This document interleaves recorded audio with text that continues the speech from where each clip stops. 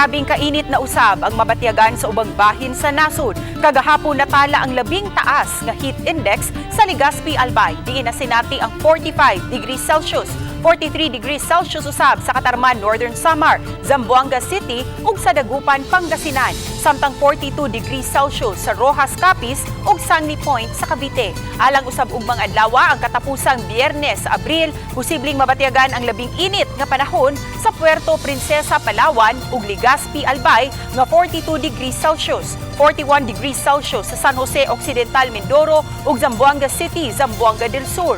40 degrees Celsius usab sa Davao City, Davao del Sur ug Science Garden, Quezon City. Matud sa Pag-asa, magpadayon ang pagpasulabi sa easterlies sa halapad nga bahin sa nasod. Lauman ang pagkamapanganuron nga panahon. Posible usab ang localized thunderstorm sa hapon o sa gabii.